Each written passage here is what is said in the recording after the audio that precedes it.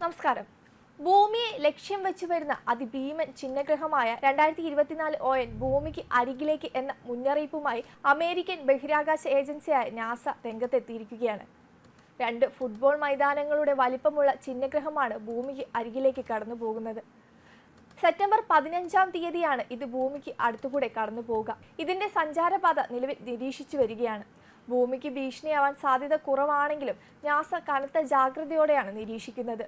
720 അടി വ്യാസമുള്ള ചിഹ്നഗ്രഹമാണിത്. മണിക്കൂറിൽ 25,000 മൈൽ വേഗത്തിലാണ് ഇതിന്റെ സഞ്ചാരം. ഭൂമിക്ക് ഏറ്റവും അടുത്തെത്തുമ്പോൾ പോലും 6,20,000 മൈൽ അകലമുണ്ടാകും. ഭൂമിയും ചന്ദ്രനും തമ്മിലുള്ള അകലത്തിന്റെ 2.6 ഇരട്ടി വരും ഈ അകലം.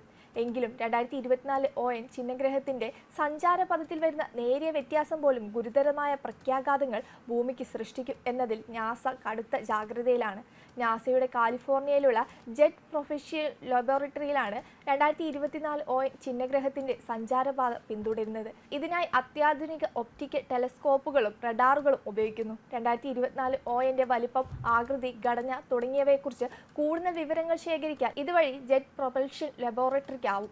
2024 ON കുറിച്ച് പഠിക്കുന്നതിൽ യൂറോപ്യൻ സ്പേസ് ഏജൻസിയും വിവിധ സർവകലാശാലകളും നാസയുമായി സഹകരിക്കുന്നുണ്ട്.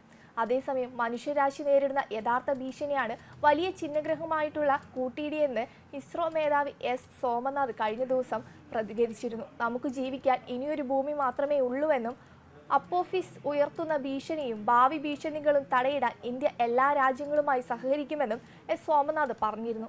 മുമ്പും സമാനമായ പ്രതികരണം ISRO മേധാവി നടത്തിയിട്ടുണ്ട്. ഒരു ചിഹ്നഗ്രഹം ഭൂമിയിൽ പതിച്ചാൽ അത് ഭൂമിയിലെ സർവ്വചാരങ്ങളുടെയും നാശത്തിന് കാരണമാവുമെന്നും S. സോമനാഥൻ പറഞ്ഞിരുന്നു. 70 വയസ്സും 80 വയസ്സും വരെയുള്ള നമ്മുടെ ജീവിതകാലത്ത് നമ്മൾ അത്തരമൊരു ദുരന്തം കാണാനിടയില്ലാത്തതിനാൽ നമ്മളതിനെ നിസ്സാരമായി കാണുകയാണെന്നും അത്തരമൊരു സംഭവം ഭൂമിയിൽ ഉണ്ടായാൽ നമുക്കെല്ലാം നാശം സംഭവിക്കുമെന്നും അദ്ദേഹം അന്ന് പറഞ്ഞിട്ടുണ്ടായി.